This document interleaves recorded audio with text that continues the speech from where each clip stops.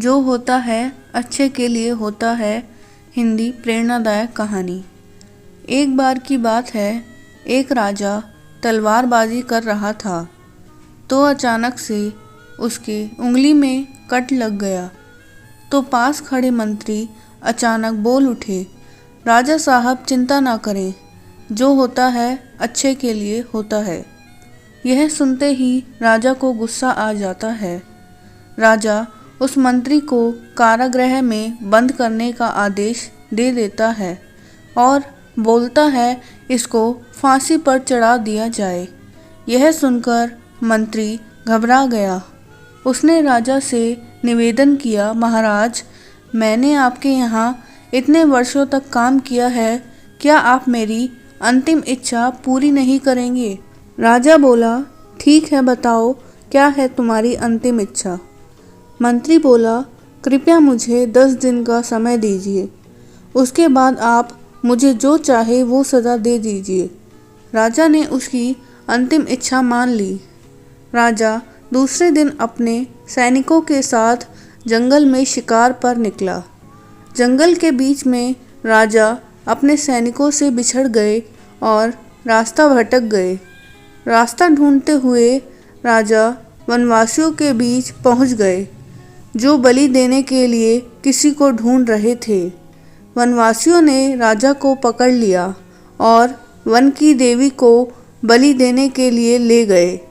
बलि देने की सारी तैयारियां पूरी हो गई। जैसे ही राजा को बलि देने के स्थान पर ले जाया गया, वहां खड़े बुजुर्ग की नज़र राजा की खंडित उंगली पर पड़ी।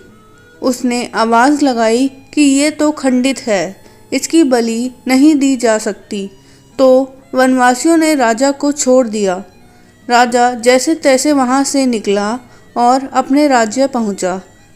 सबसे पहले कारागृह में अपने मंत्री से मिलने पहुंचा। राजा ने मंत्री से कहा, आपने सही कहा था, अगर मेरी उंगली नहीं कटी होती तो मैं जिंदा नहीं होता। यानी जो होता है वो अच्छे के लिए होता है। राजा ने फिर पूछा, मेरा तो फ़ायदा हुआ, लेकिन आपका कैसे फ़ायदा हुआ?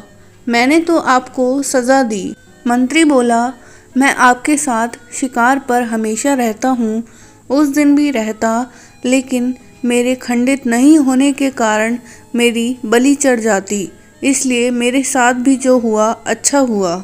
राजा प्रसन्न हुआ, लेकिन छोटी सी बात पर मंत्री को सज़ा देने का दुख भी हुआ।